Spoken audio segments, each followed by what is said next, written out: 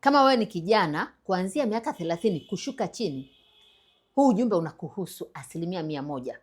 Ulishawahi kuona binti ambaye ameweza kupata ujauzito kabla ya ndoa, ambapo wazazi huwa wanachukia, jamii inamsonga, inachukizwa na kile kitendo, na binti anaweza hata akapaniki. Akipaniki pale anaweza hata akatoa mimba. Lakini binti akikomaa, akaamua kubaki na kuilea mimba na akazaa mtoto, utashangaa sasa wazazi wanamfurahia yule mjukuu, jamii inampenda yule mtoto. Ni hali hiyo hiyo kwa ndoto yako. Unapokuwa na ndoto yako, kwa mfano ya kufanya biashara, unakuwa hueleweki, watu wanaona unafanya kitu ambacho hakina maana yoyote.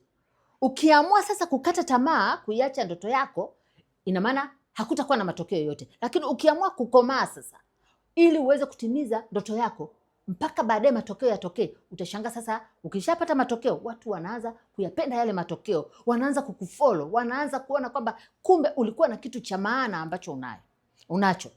Kitu hiki unapaswa ukizingatie mwaka wa 2026. Usikatishwe tamaa na mtu yeyote. Kama wewe una ndoto yako, hakikisha unailea hiyo ndoto yako na unaifanyia kazi. Unaamua kuifanyia maamuzi ya kuifanya hiyo ndoto iwe kweli, uitimize, alafu watu waje waone, aha, kumbe huyu mtu alikuwa na kitu kikubwa,